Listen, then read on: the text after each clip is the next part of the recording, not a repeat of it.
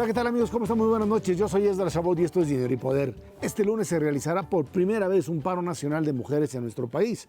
Un movimiento histórico que de participar todas las mujeres del país pararía a poco más de la mitad de la población total.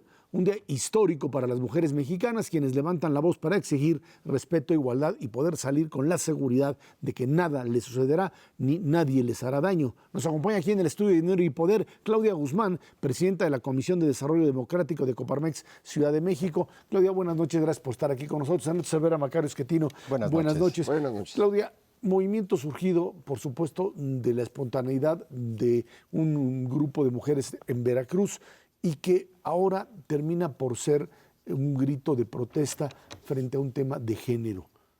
¿Por qué en este momento? ¿Qué es lo que en el fondo se está reclamando?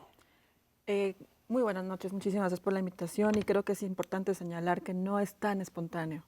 Tiene que ver con una continuidad de un ejercicio de exigencia, donde mujeres que han participado en la vida activa del país han generado un clima de exigencia y que esto deriva justamente en este paro nacional que sin duda tendrá repercusiones importantes en las trascendencias que tienen que ver con el ámbito económico, con el desarrollo, con el político, y que determinará también los comportamientos y que, pues, por supuesto, cumple el propósito de llamar no solo la atención de las autoridades, sino de demostrar la presencia histórica de las mujeres en el desarrollo de este país. Claudia, el evento que vamos a tener el lunes va antes, el Día Mundial de las Mujeres, que es el día 8, que es el domingo, en donde entiendo habrá también manifestaciones públicas, o sea, no es únicamente, digamos, este paro nacional del lunes, sino también una fuerte presencia pública el domingo anterior. Y aunque no es un evento espontáneo por completo, como decía, sí responde, me parece, a un incremento en la violencia que no ha sido atendido adecuadamente, me parece, y que, bueno, no es lo único que está mal, pero es como que el detonador más reciente de estos eventos. Una violencia creciente contra mujeres por el simple hecho de ser mujeres y que no está recibiendo una atención adecuada. ¿Eso es todo o estamos hablando también de realmente irnos con más profundidad a esta disparidad de género que ocurre, pues, en todos los ámbitos de la vida? Desde luego que responde a una ineficiente y una absoluta y clara falta de garantías de los derechos de las mujeres en este país, a la seguridad y por supuesto que también esto es parte de un desgaste también que está relacionado con con el desarrollo económico y con los derechos económicos y sociales de las mujeres. Esto es, hay una brecha que es visible y que pretende con este paro visibilizar no solamente la ineficiencia del Estado a garantizar la seguridad de las mujeres en este país y a exigir una estrategia contundente, sino pues también hacer clara la presencia de las mujeres en el ámbito económico, en el ámbito social, en el ámbito no remunerado que representamos para el país y que esto sin duda pues genere una acción inmediata del gobierno, del Estado y de las también redes que acompañan a este movimiento. Claudia, mucha gente está esperando que esto no nada más sea de un día, que verdaderamente haya un cambio en la cultura, no solamente de las mujeres y de esta poder levantar la voz y decir, sino principalmente de los hombres, que es en donde se gesta toda esta pasividad, agresividad, bajo un aspecto cultural que nos arrostra desde hace una cantidad de décadas terrible. ¿Qué acciones quieren tomar ustedes hacia adelante? ¿Cómo quieren arropar este futuro? ¿Cómo quieren desarrollarlo para que efectivamente alcancemos estadios de igualdad y de respeto para las mujeres? Desde luego, como lo señalas, no es un tema nada más, ni lo pretendemos absolutamente verlo como un solo día. Es una fecha que representa para el país una visibilidad del trabajo positivo, del trabajo histórico que ha representado las mujeres. Y desde Coparmex nosotros ya hemos venido realizando trabajo para señalar las medidas que tendríamos que también desde nuestro sector impulsar y hacer este llamado a todo el sector empresarial para adherirse a las nuevas políticas de eficiencia y de buenas prácticas hacia la competitividad. Ese es el primer ejercicio que desde Coparmex nosotros estamos realizando. Generamos nosotros 10 puntos estratégicos, 10 medidas afirmativas para todas las personas que integran nuestras empresas, para las empresas que conforman la Confederación, a medida de que también podamos empezar a permear esta cultura de la responsabilidad y la corresponsabilidad que tenemos como sector empresarial hacia la disminución de esta brecha que no tiene nada más que ver con aspectos de género, sino tiene que ver con aspectos de desigualdad y de oportunidades para todos y todas. Y afortunadamente, como bien señalas, no es un tema solamente de mujeres, es un tema de igualdad sustantiva, es decir, donde hombres y mujeres tendríamos que participar de manera comprometida hacia erradicar, por un lado, la violencia y por otro, la desigualdad que habita en nuestro país. En el tema de violencia, se habla de violencia de género que está ligada no solamente a la criminalidad cotidiana o de crimen organizado, sino al tema cultural, en donde el grito ha sido nos matan porque somos mujeres. Esta triste realidad estaría enfocada desde el punto de vista del movimiento en esta cultura machista que de alguna manera se reproduce en forma cotidiana y que el grito es detengan esto o detengamos esto.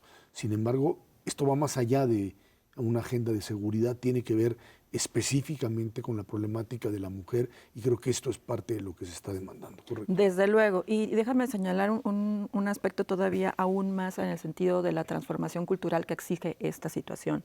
Es un alto, es un llamado a transformar la cultura del sistema patriarcal, que va mucho más allá solamente a atender el tema del machismo. No es un tema hombres y mujeres, sino del sistema, que esto representa pues cómo se distribuyen los ingresos, las actividades que las mujeres tienen por solo razón de género, ¿no? Y por supuesto, esta violencia no tiene que ver nada más en el ámbito social, sino también en el ámbito público y en el ámbito político. La violencia por razón de género, en dónde nos está afectando y dónde nos está deteniendo hacia el progreso, ¿no?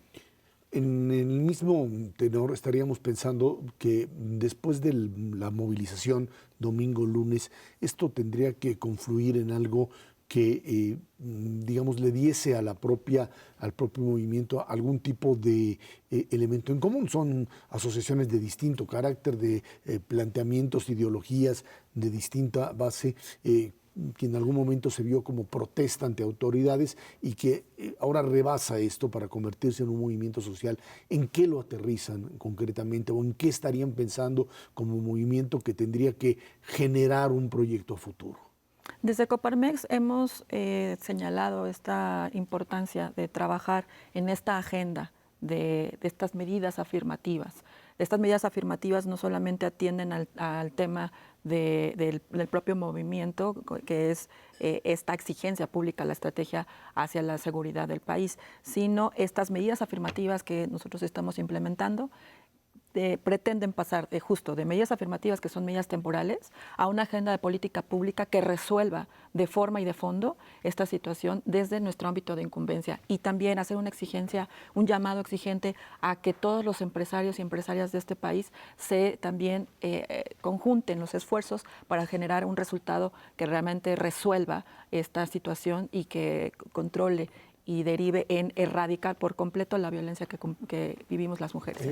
Al respecto, veía yo hace un par de días unos datos de la presencia de mujeres en consejos de administración de empresas, comparado con otros países del mundo, y es verdaderamente trágica la situación de México.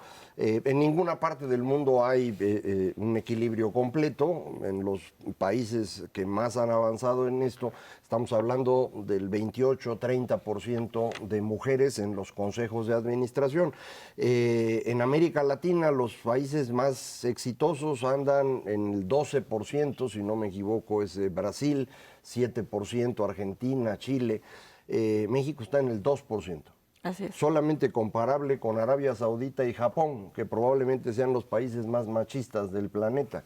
Un poquito para poner en contexto, es decir, el problema en México sí es un problema muy serio que podemos ver reflejado de la forma más trágica en la violencia, pero es un problema que atraviesa toda la vida. Es transversal. Y requiere una gran cantidad de esfuerzos. Entonces, como decían tanto Ernesto como Ezra, lo que siga después del lunes es muy importante.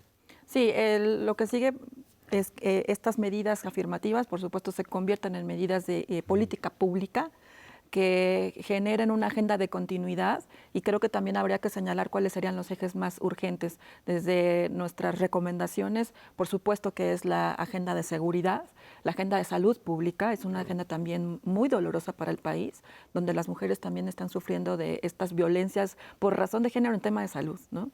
Y la agenda política y de los derechos políticos de las mujeres, la participación, como bien señalas, pues deriva también de los espacios de oportunidad que se generen dentro de las empresas. Y en materia en este respecto, en Coparmex estamos impulsando para generar una base de datos de mujeres expertas en los temas que en cada una de las comisiones o presidencias o centros empresariales también tenemos, de tal forma que podamos también ser un detonador y una agente de plataforma para que más mujeres integren consejos de administración en empresas y en sus propias empresas. Capital humano hay, no hay ninguna duda. Absolutamente, sí, contamos con mujeres expertas de gran nivel en Coparmex y que estamos también invitando a que otras mujeres se integren a formar parte de este organismo empresarial, donde también estamos impulsando estas políticas, estas buenas prácticas, que no es únicamente pues algo que derive de tan solo de este movimiento, sino hemos venido trabajando, queremos acompañar al movimiento con esta cultura, con esta transformación y con estas medidas. En el sector empresarial en el que tú participas, estos elementos de digamos, de hacer a un lado o de presión sobre la mujer, se han modificado en el último tiempo o siguen siendo también una constante que dentro de la estructura empresarial, que puede verse, digamos, mucho más fina, mucho más pues dibujada bonito, podría uno pensar que ahí están y que también es un elemento a combatir? Por supuesto, hay un rezago que es indudable, que no podemos tampoco parar ni invisibilizar, ¿no? Hay un rezago, más bien deberíamos pararlo, de hecho, este rezago. Hay una brecha salarial del 54%, mujeres que no pueden ascender a puestos de dirección por el techo de cristal, y donde señalan que pues no hay una posibilidad de generarle a las mujeres por criterios en donde a lo mejor por ser mamás o por tener algunas otras actividades. Hay que señalar también, cumplimos con dobles o triples jornadas. Entonces, este tipo de trabajos que no son visibles, este tipo de situaciones, pues son parte de los criterios para la toma de decisiones, para si mujeres o no son consideradas en estos puestos de toma de decisión. Y eso es importante también empezar a diluir, empezar a erradicar que las mujeres tenemos la oportunidad, generamos y tenemos presencias en espacios de preparación y universitarios con mayores porcentajes, con mayores promedios, y esto es importante también aprovecharlo. Es un tema de competitividad, de que podamos generar también resultados y compromisos para que las mujeres y los hombres podamos generar un crecimiento y un desarrollo sostenido y sostenible, y además con base a objetivos de desarrollo sostenible, que no es un tema nada más local, sino ya es un aspecto global en donde la desigualdad y este tema de la inclusión de las mujeres a los ámbitos de desarrollo ya es una política internacional, ¿no? Claudia, hablando precisamente de esa parte regional, ¿cómo está la parte regional de Coparmex y cómo está la presencia de mujeres y la participación, no a nivel estado, sino a nivel norte, centro, sur? Bueno, déjame decirte que Coparmex, la verdad es que hemos estado trabajando, hemos sido incluidas con una política que ha tenido desde la Coparmex Nacional en incrementar los consejos directivos. El consejo directivo en este año se incrementó el 22%. Históricamente había tenido un 4% de presencia de mujeres, y este año ha sido otro de los años en donde nuestro presidente, Gustavo de Hoyos, incrementó considerablemente la presencia de mujeres en en el Consejo Directivo. No obstante, también se lanzó una campaña de mayores presencias de mujeres en consejos directivos locales y en vicepresidencias y presidencias de comisión, de tal forma que también podamos demostrar que hay mujeres expertas en temas coyunturales del país y que desde las diferentes zonas y regiones donde tenemos esta estructura, pues podamos también aportar a las decisiones y a las soluciones que desde nuestra agenda podemos señalar, ¿no? Bueno, ahí estarán seguramente el domingo en la marcha y el lunes en este paro que representará sin duda un cambio fundamental para la propia estructura del país y por supuesto para esta presencia de mujeres en la vida nacional. Claudia Guzmán, presidenta de la Comisión de Desarrollo Democrático de Coparmex, muchas gracias por estar aquí. Muchísimas gracias por la invitación. No estaremos en nuestras oficinas, pero como lo hemos señalado en Coparmex, estamos con ellas. Vámonos a una pausa. Esto es Dinero y Poder.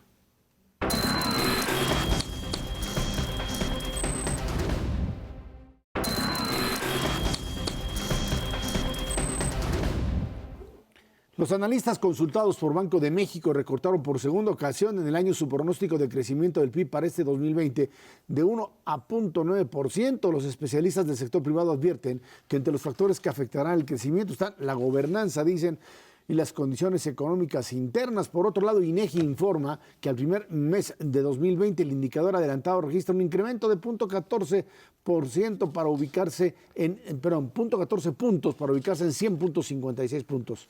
El indicador coincidente registra una caída de 0.07, se ubica en 99.04, su menor nivel desde 2010. Y en medio de la crisis del coronavirus, allá en Estados Unidos, la Reserva Federal decide recortar su tasa de referencia para, dicen, mitigar el impacto del coronavirus, del que luego también hablaremos, pero por lo pronto los indicadores están bastante feos y se van a poner peor. Macario. Sí, bueno, ahorita que presentabas la información, hasta que mencionaste la FED, todo lo anterior son datos que vienen antes del asunto del coronavirus, de forma que esta estimación de que creceríamos ya no 1, sino 0.9, pues ya no tiene mucho sentido, ¿no? Era optimista porque ahora con el efecto de esta enfermedad el asunto puede ser bastante menos bueno que eso. Con respecto al indicador adelantado y el coincidente, hay un problema de medición ahí muy interesante, y es que el indicador adelantado que usa INEGI lo que trata de medir es qué están esperando los empresarios y los inversionistas del futuro, y para eso incluyen en su medición el comportamiento de las bolsas de valores, destacadamente de la de Estados Unidos. Entonces, en los últimos 15 meses, el indicador adelantado siempre crece, es positivo, porque la bolsa de Estados Unidos va bien, pero todos los indicadores de México van mal, por eso el indicador coincidente va para abajo. Entonces, luego no se nos vayan a confundir los amigos del auditorio y piensen que realmente las cosas van a mejorar. No van a mejorar, van a empeorar significativamente. Ya traíamos una economía lenta por una gran caída en la inversión que se había sostenido en dos elementos: un consumo que crecía moderadamente y las exportaciones. Las exportaciones empezaron a caer en octubre, a crecer cada vez menos, incluso a contraerse en diciembre. Parecía que iban a recuperarse en enero, pero este asunto del coronavirus está realmente afectando muy seriamente todas las cadenas productivas de manufacturas, que es esencialmente lo que se exporta. Entonces, es muy probable que tengamos dificultades en ese sector. Entonces, solo nos queda el consumo, el cual en mis números yo no suponía que este año fuera a ser muy bueno, porque el impacto de empleo y salarios que tuvimos en 2019, ya en enero de este año ya no se nota. Entonces, pues todos los indicadores que hay apuntan a un comportamiento negativo de la economía mexicana. Ahora, Ernesto, el que llega a coronavirus y termina por, al principio dicen, se tiene detectado, tratan de cerrarlo y ubicarlo únicamente en China, en la zona de Wuhan, y a partir de ello, de repente, esto se exporta. Decían por ahí que el coronavirus era algo así como la propia pasta inventada en China y finalmente difundida por los italianos, que son los que terminan por hacerla bastante popular en algo que de repente de un día para otro se convierte en, pues, si no es una pandemia, es algo que no tiene control, no tiene vacuna, que la influenza H1N1 estaba en lo mismo, nada más que ahí teníamos el oseltamivir, que había que producirlo rápido. Aquí no hay absolutamente nada con que contenerlo, pero además está provocando una parálisis real en la economía del mundo. Ayer el gobierno americano dice que le va a meter, el Congreso le autoriza $8,000 millones, no sé para qué, le bajan la tasa de interés, pues no sé, entiendo que para que haya más créditos. Fue culpa tuya, tú lo recomendaste el jueves pasado, por eso la bajaron, ya ves lo que pasó. Sí. Bueno, sí, pues, en parte, sin duda alguna, la opinión de Ezra cuenta y pesa a nivel internacional, pero lo que está muy claro es que no solamente es la Reserva Federal, prácticamente todos los bancos centrales del mundo están apanicados, están volviendo a lo que se utilizó como medicina para la economía en el mundo entero durante 2008, 2009 y se prolongó hasta el 2017, que es una política monetaria muy suelta, con tasas de interés increíblemente bajas y con una cantidad de lana para comprar bonos privados y soltar la lana a través de los bancos para que la cosa no pegue tan fuerte. Yo diría, de todas maneras, la afectación, por más que le inyectes a la parte de demanda, tienes un impacto ya muy fuerte en la panza, directamente vinculado con la afectación productiva. Esto es un problema de oferta inicial en China, que bueno, pues allá en el 2002, en el 2001, con el primer brote que se tuvo a nivel internacional, pesaba 5% de la economía mundial. Hoy China, si separa totalmente su economía, pesa 20% de la economía mundial y ya tenemos un problema muy serio de crecimiento. Y no focalizado en Wuhan o en China. Todas las cadenas productivas manufactureras del mundo dependen de una manera más fuerte o menor de componentes muy específicos. Te pongo un ejemplo, una de las producciones de acero con aleaciones específicas para la industria automotriz más grandes del mundo está en Wuhan y lleva 2 meses parada. Y eso va a tener una afectación sobre la producción a nivel internacional bestial. No solamente de coches, sino de electrodomésticos y de todo aquello que lleve ese tipo de aleaciones a nivel internacional. Sí hay una afectación, todos los bancos centrales están bajando sus tasas de interés, incluyendo el de México, y al mismo tiempo están ejerciendo una política monetaria expansiva. No sé si la receta, dadas las condiciones actuales de crecimiento, vaya a alcanzar. Mi temor es que no, y vamos a tener un año brutalmente malo a nivel internacional, con tasas de crecimiento muy cercanas a 0%, y eso necesariamente va a tener una implicación para nuestro país. Yo te decía que la histeria colectiva, que me parece que es algo que está sucediendo, produce eso, ¿no? No tienes nada que hacer, baja la tasa. Y creo que esto es parte del problema que se tiene porque aislar determinadas zonas, restricciones a viajeros, intentos de evitar el contacto, pero cuando tú ves a las propias autoridades generar este tipo de alertas y el tema no termina por convencer, entonces lo que te sucede es que en términos específicamente económicos no hay lo que podríamos llamar un instrumento coordinador de cómo parar algo que no habíamos tenido, que no tuvimos en 2009, que ahí lo que teníamos era el propio quiebre ya de la crisis financiera que se estaba produciendo, y hoy estamos sí verdaderamente parados ante algo que no se conoce y que va a tener implicaciones también de orden político. El tema que vamos a tratar en un momento también de la elección norteamericana está ahora prácticamente todo el ambiente político-económico ligado a qué es lo que suceda con el coronavirus, cómo se contenga y cuántas muertes vaya a causar. Yo creo que tenemos aquí que diferenciar los dos problemas, el de salud pública y el económico. En términos de salud pública, mi gran preocupación es que ahora tenemos presidentes profundamente incapaces en muchos países del mundo, y es el caso, por ejemplo, en Estados Unidos, donde se le ocurrió al señor Donald Trump encargarle a su vicepresidente, el señor Pence, que se haga cargo del asunto. El señor Pence es un cristiano, digamos, radical, no tiene ninguna creencia en la ciencia, de manera pues que lo que hizo fue entregar prácticamente Estados Unidos a lo que pase. hay un problema muy serio con este bicho porque no es solo que no tengamos vacuna ni cómo curarlo, sino tampoco hay mediciones adecuadas en todas partes. En particular Estados Unidos no está midiendo bien. Entonces, para cuando midan bien, se van a dar cuenta que traen un montón de casos. Tengo la impresión que algo similar ocurre aquí. Tanto el presidente Trump como el presidente López Obrador se la pasan insistiendo en que esto es una exageración de los medios y que no está pasando nada grave y que no hay que preocuparse. Yo creo que están equivocados y ahí sí hay una gran diferencia con cómo se enfrentaron casos previos, el SARS, por ejemplo, que se atacó desde el principio, el de 2002-2003 que decía Ernesto. También nos pasó aquí con el H1N1, hubo una reacción inmediata que mucha gente dijo fue exagerada. Pues a lo mejor, pero paramos el bicho.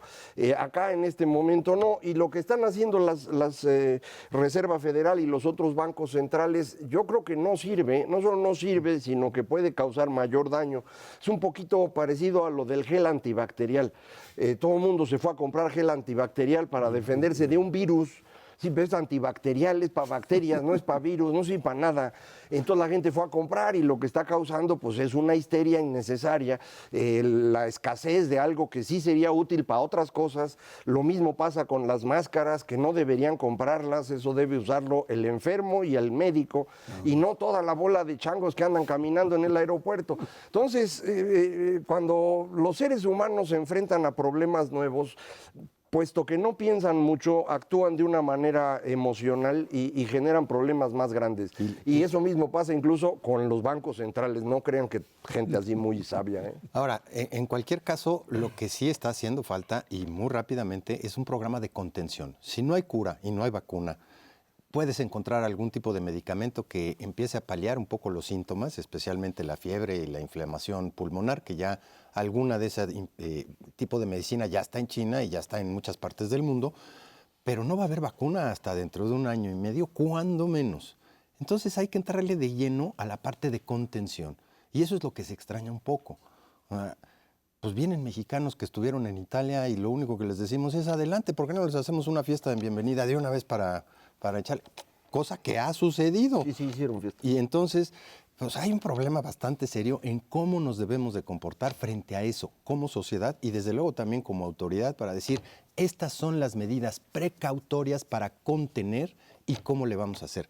Lo que está muy claro es que si nos da igual que en Wuhan, con esa penetración, nuestro sistema hospitalario no se va a dar abasto frente a lo que puede ser, como tú dices, la definición entre pandemia y epidemia es muy delgadita y ahí estamos jugando con algo con lo que no deberíamos de jugar.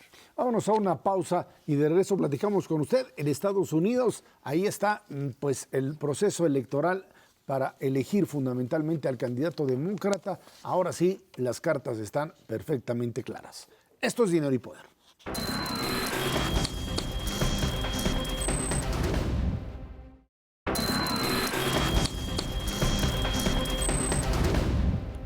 Hace un par de días se realizó en los Estados Unidos el llamado Supermartes, que definiría, decían, enfilaría al candidato presidencial del Partido Demócrata de los Estados Unidos allá en la carrera hacia la presidencia. Quedan pues ahí Joe Biden y el senador Bernie Sanders como los más, pues con más posibilidades de entrarle a esto. Los resultados aún no son claros, pero lo que queda muy bien preciso es que en California el señor Sanders pues se la llevó, no por mucho, pero sí logró finalmente lograrlo, mientras que pues el señor Michael Bloomberg y también la señora Elizabeth Warren terminaron por acabar su propia contienda.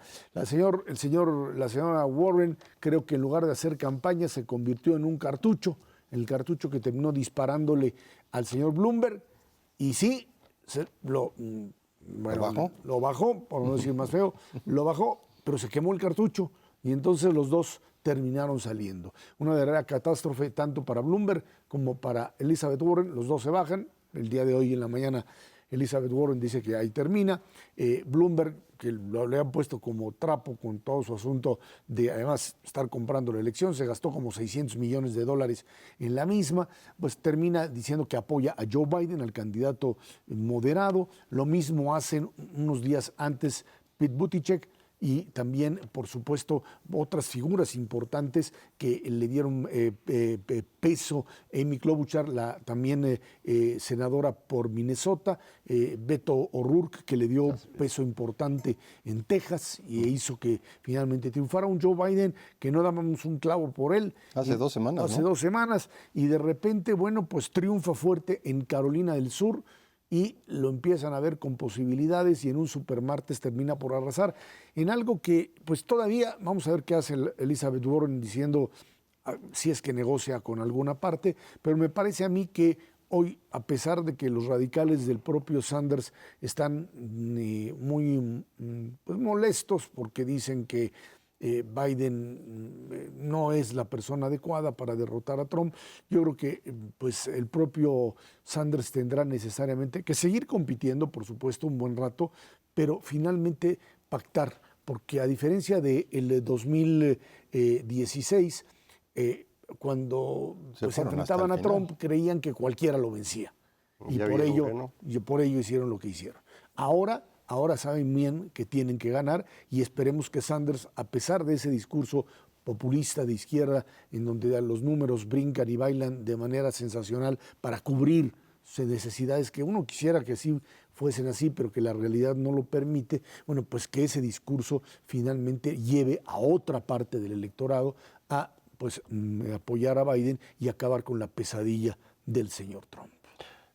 Sí, la competencia se modificó por completo. Elizabeth Warren en septiembre, octubre era la candidata que podía ganar. Si en ese momento hubiera sido la definición del candidato demócrata, seguro se lo llevaba. Pero las cosas se le empezaron a complicar. No es fácil la campaña en Estados Unidos, son duros. Ella misma fue durísima con el señor Bloomberg, como ya dijiste, y lo destruyó. Creo que el señor Sanders es un problema, no es una persona que tenga una idea clara de qué hay que hacer, es un vendedor de ilusiones, como muchos otros que hemos visto, no se diferencia significativamente ni de Trump, ni de López Obrador, ni de Bolsonaro, ni de Bukele, es lo mismo. Son vendedores de ilusiones que después no pueden cumplir, porque pues, a la hora que hay que tomar decisiones el asunto es bastante más complejo.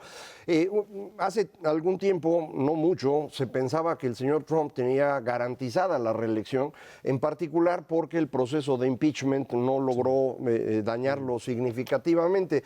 El coronavirus puede ser el que acabe resolviendo las cosas, porque si efectivamente la situación económica se descompone, va a ser muy complicado para Trump reelegirse. Él ha estado vendiendo que puede ser una persona extraña, pero que la economía crece con él.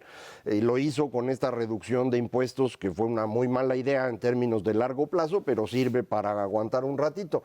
Bueno, si la economía se viene abajo, le va a costar mucho. Yo creo que no va a poder ganar. Entonces, sí se vuelve relevante quién sea el candidato demócrata.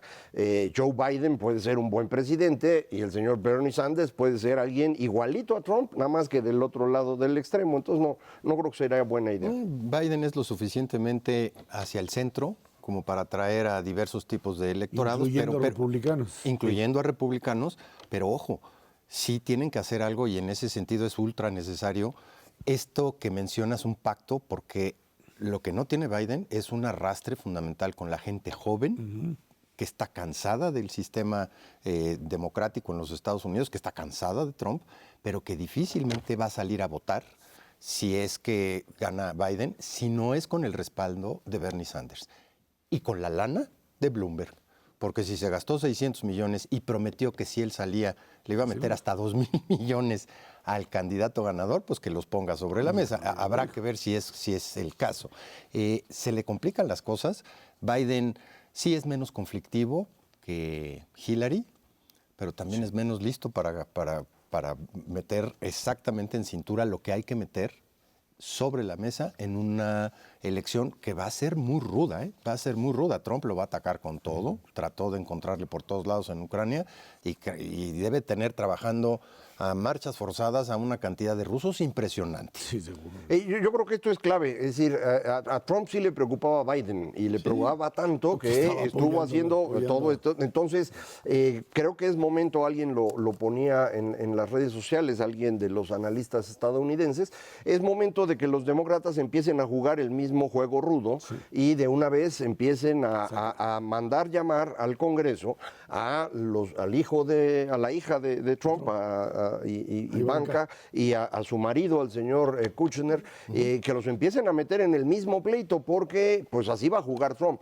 Entonces, pues así es como es el juego en ese país. Es una cosa pues un poco extraña, pero convendría que se metieran ya en esa dinámica. Ahora, lo que sí es cierto es que todo el planteamiento que se está haciendo en los Estados Unidos con respecto a la propia campaña electoral tiene que ver no solamente con el tema específico de orden económico, sino también con el contacto de Estados Unidos con el resto del mundo. Y a partir de ello es como la figura de Biden aparece como una figura reconocida.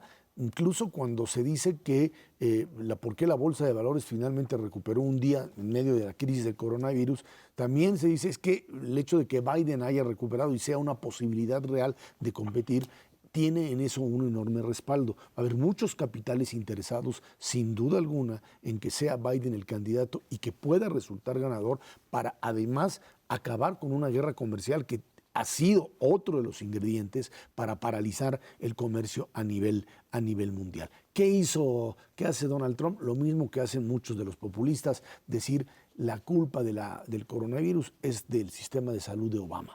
Otra vez, vámonos para atrás. ¿Sí? Decía Macario, no sabe ni de qué está hablando el coronavirus, lo mismito.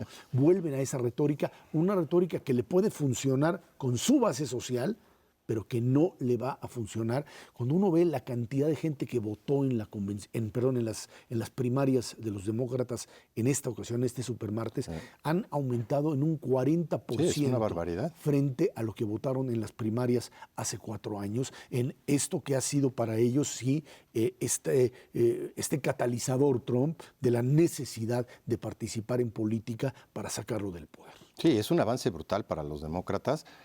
Ojalá no se convierta en este rencor de haber perdido, de varios de los que soportan brutalmente a Bernie.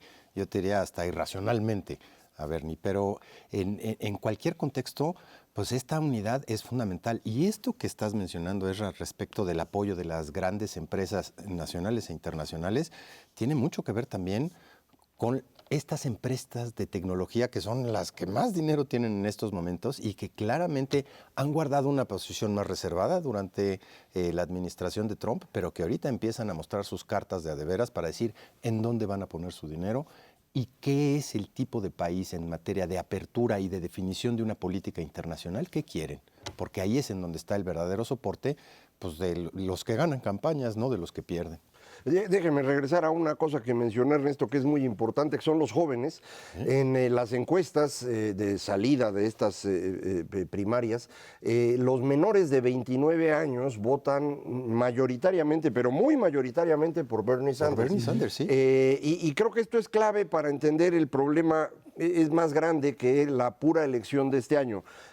Muchas personas creen que si se va el señor Trump vamos a regresar a un mundo un poquito más civilizado y demás. A lo mejor sí mejora, porque evidentemente el señor Trump es una cosa espantosa, pero creo que el problema es un problema de más largo plazo y va a costar mucho tiempo ir convenciendo a estos jóvenes de que los mecanismos que tenemos para resolver problemas en la sociedad no están hechos por arcángeles, ni vienen de ningún cielo, de ninguna de las religiones, es de seres humanos, y los seres humanos son proclives a equivocarse, a tomar decisiones por pura emoción, y necesitamos volverlos a encauzar en mecanismos más civilizados de toma de decisiones, pero eso no lo vamos a lograr en este año, vamos a tardar un rato más, entonces para que tampoco nos emocionemos. No, y lo que sí es cierto es que finalmente si es que se da este cambio de orden político, también vamos a encontrar que lo primero que va a intentar Biden es, y eso lo mencionaban mucho las cadenas norteamericanas en sus distintas mesas de análisis,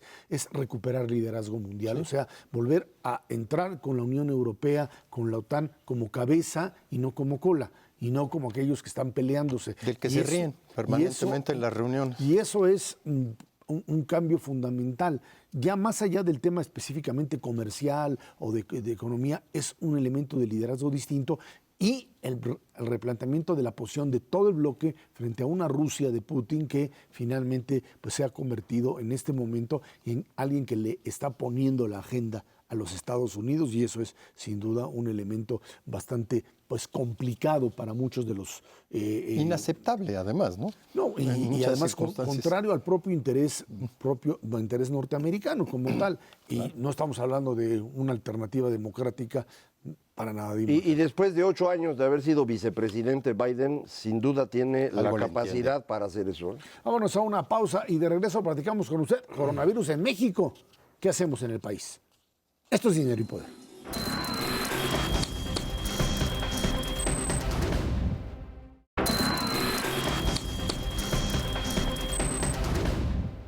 El 28 de febrero, la Secretaría de Salud confirmó 2 casos de coronavirus en nuestro país, con lo que oficialmente llegó esa enfermedad a México. Hasta el pasado 2 de marzo se habían confirmado 5 casos, de acuerdo con Hugo López-Gatell, subsecretario de Salud, quien dijo que además se consideró un caso como un portador asintomático. Esto de acuerdo con el funcionario, todos han tenido síntomas leves. Lo cierto es que las autoridades aseguran que están preparadas para enfrentar la enfermedad y dicen que no se debe considerar una emergencia nacional. Por lo pronto en Italia, como ya les decíamos, pues en plano cerraron escuelas, universidades y pues ese país está prácticamente pues cerrado porque ahora sí que ahí sí se les desbordó el... Espectáculos, estadios, Hasta partidos. el 3 de abril Hasta el 3 están de abril. cancelados todos los espectáculos públicos. Y bueno, hace unos meses, un mes entrevistado yo a un funcionario de la Secretaría de Salud y me decía, nuestra mayor apuesta, dado la situación en la que está, es que se adelante la primavera.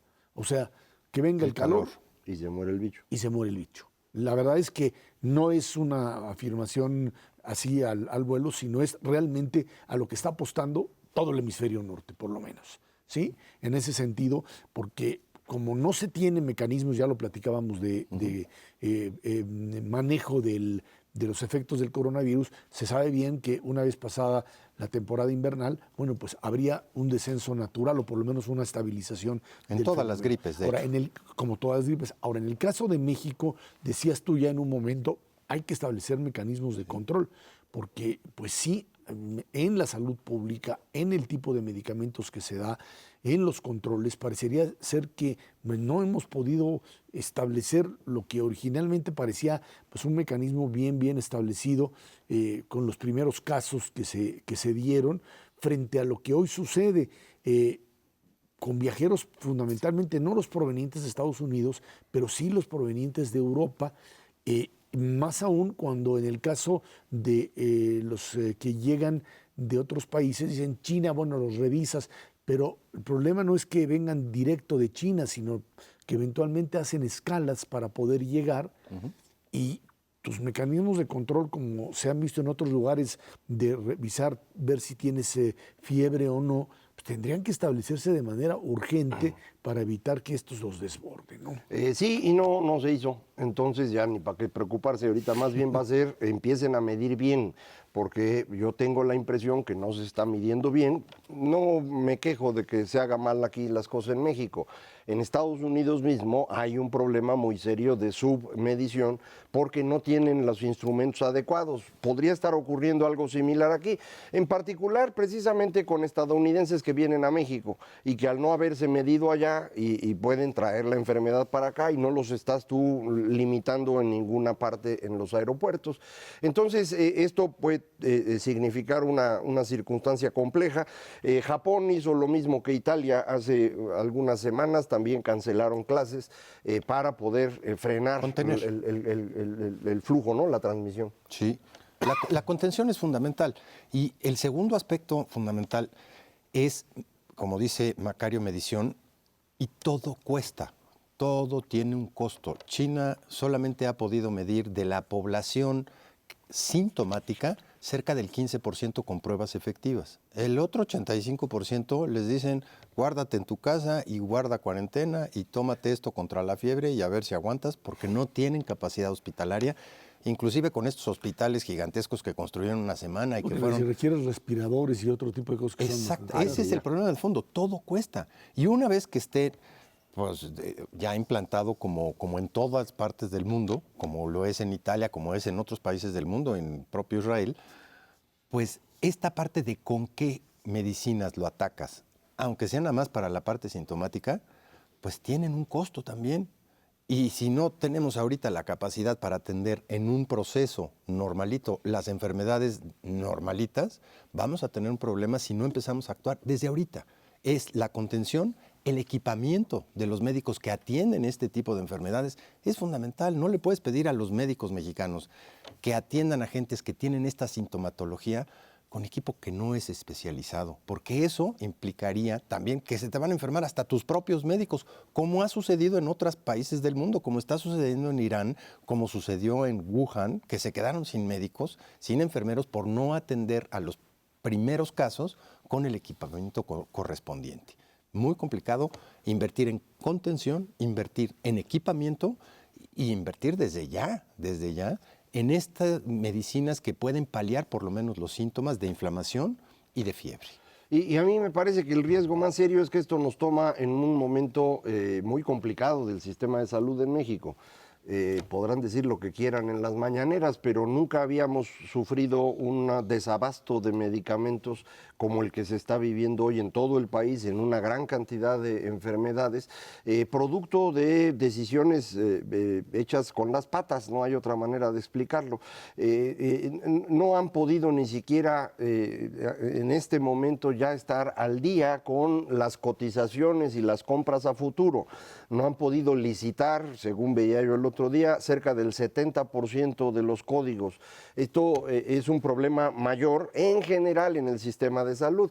Si en este sistema debilitado te viene una enfermedad como esta, pues está todavía más difícil de administrar.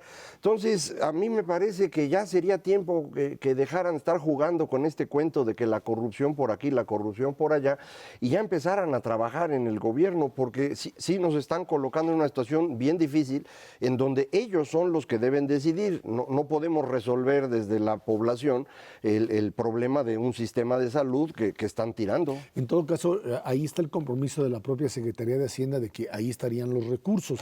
El problema es cómo finalmente adquieres determinado tipo de medicamento. En este caso, pues sí, no hay un medicamento específico que pueda antiinflamatorios, básicamente. Pero en todo, aquí de lo que se trata es finalmente de establecer de forma inmediata el mecanismo, uno, para comprarlo, que sea un medicamento certificado, que sea un medicamento que tenga toda la certeza de que te va a funcionar. Dos, que tengas el mecanismo para distribuirlo.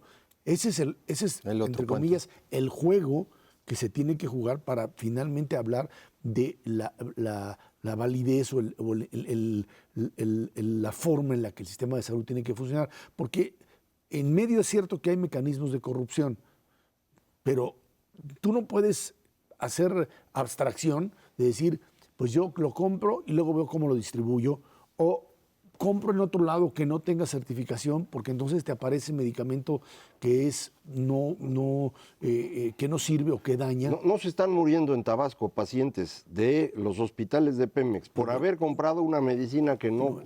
Ahí están, esos son los instrumentos que tienes que hacer, y la verdad es que sí es preocupante que te aparezca este tipo de enfermedad o de este tipo de virus, que si llega a pegar como pega en otros países, sí te obligaría necesariamente a cuestiones de emergencia que esperemos finalmente no sucedan. Ojalá llegue el calor más rápidamente y bueno, que nos eche la mano la Virgencita de Guadalupe. En cualquier caso no nos podemos quedar esperando ese favorcito, hay que entrarle de lleno.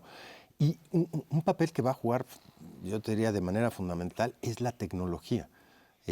Muchas de las grandes empresas con representación nacional e internacional en México ya están cancelando los viajes, ya están cancelando asambleas, todo se está haciendo de manera virtual y en ese contexto tenemos que empezar a pensar qué tanto va a empezar a funcionar esta parte tecnológica, inclusive para clases universitarias. Si las vas a tener que hacer de manera virtual, pues más vale estar preparados desde ahorita escuelas públicas y escuelas privadas para no detener completamente el país, como ha sucedido en Italia o como sucedió en Japón. O como nos sucedió a nosotros mismos en el 2009, que afortunadamente era Semana Santa, y bueno, pues parte de esa semana estaba perdida de cualquier manera, pero ahorita pues todavía nos falta un rato para llegar. Yo no estoy seguro si el calor va a resolver el problema o no, porque es un bicho que no conocemos. Entonces hay que esperarse a ver. Pero con la influenza pasa así, pero es otro virus. Sí, yo y los de las coronitas no sé cómo son, capaz que aguantan mejor el calor. No, aquellos que escuchaba determinado tipo de especialistas que decían que lo que han visto es que el propio virus a determinadas temperaturas, a 26, 27 grados, ya no se sostenía. Qué bueno, porque ahorita estamos como a 30. Qué bueno, está bien para eso, para evitar que te enfermes. Creo que por ahí va, pero tu problema radica en que pues hay que entrarle al sistema de salud. Sí. Hay que entrarle de lleno al sistema de salud. Esta es la gran discusión en los Estados Unidos. El tema sistema de salud es el centro del debate ahora en las primarias de los demócratas. Pero el nuestro funcionaba. Teníamos de los mejores sistemas de vacunación en el mundo y ahora no alcanza la vacuna triple porque no la compraron. Ese es el problema. Bueno, pues entonces... Bueno, ahí está, hay que resolver eso sin duda alguna. La noche a Macario Esquetino.